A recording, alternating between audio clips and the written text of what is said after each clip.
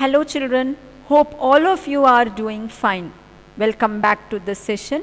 Today in this class we will discuss the poem Dad and the Cat and the Tree from your honeycomb text.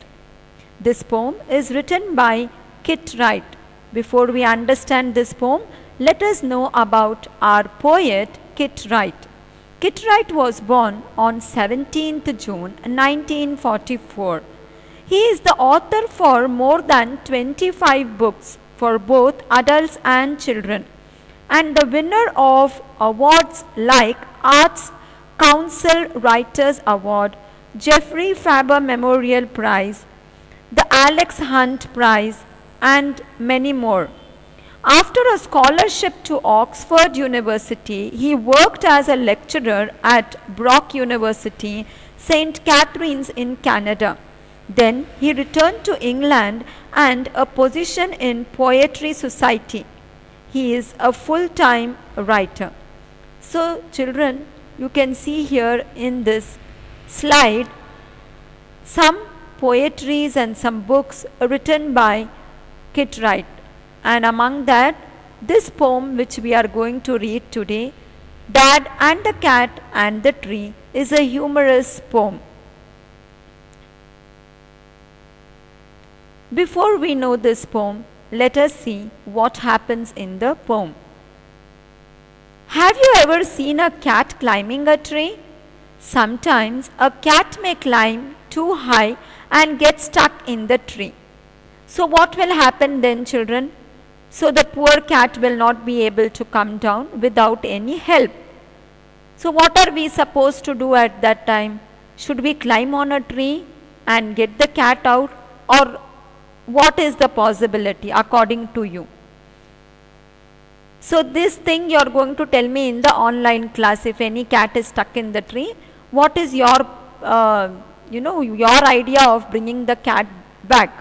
But here, not surely like the dad in the poem. So dad is a good climber, and what were his plans to bring the cat down back? Let us read this poem and I will explain to you.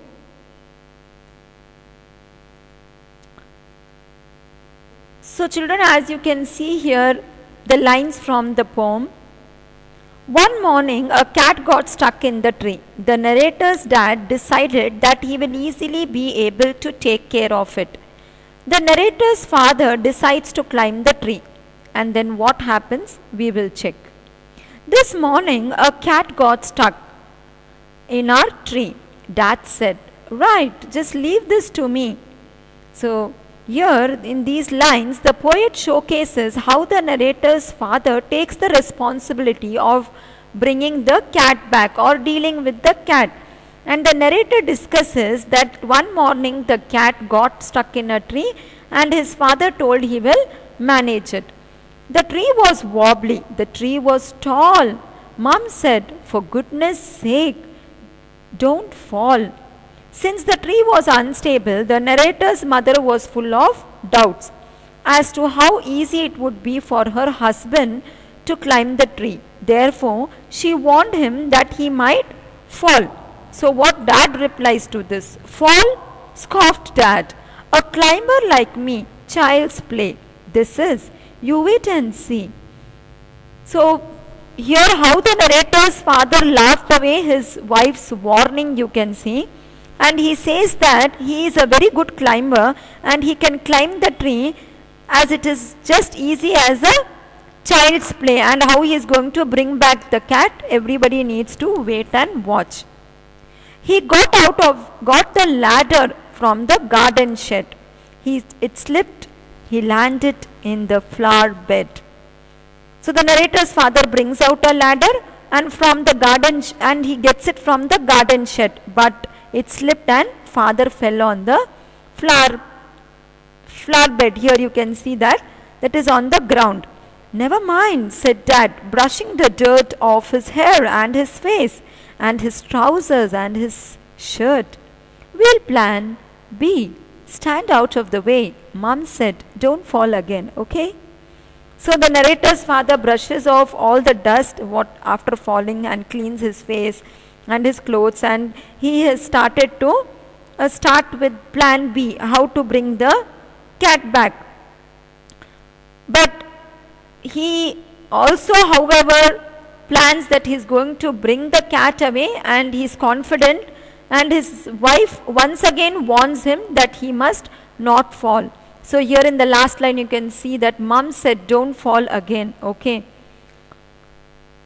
So whether he falls or whether he brings the back cat, fall again, said dad. Funny joke.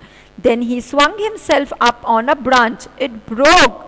The poet here showcases how the narrator's father again dismisses his wife's warning, and the narrator's father is, again fallen from the tree. And where did he land? Dad landed wallop, back on the deck. Mom said, stop it, you'll break your neck.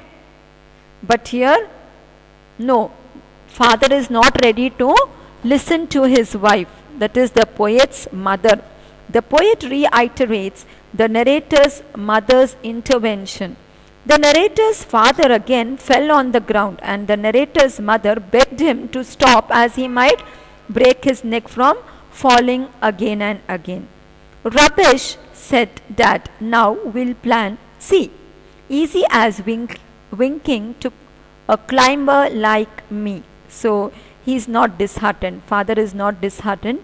He says that he will plan C. And he says that he is still confident, and being a great climber, he would succeed this time. Then he climbed up high on the garden wall. Guess what? He didn't fall. The poet showcases that the father's trying another plan here, and the narrator's father climbed high up on the garden wall, and this time he did not fall.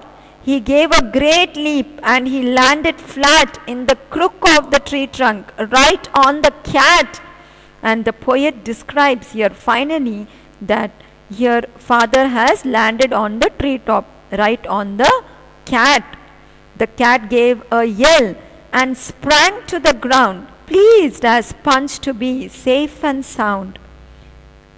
And here the poet ends the poem in a humorous way. The moment the father landed on the cat screamed with the fear and sprang to the ground, landing smoothly on the ground. It seemed content with itself, so it's smiling and smirking, smug as can be, but poor old dad still stuck up the tree.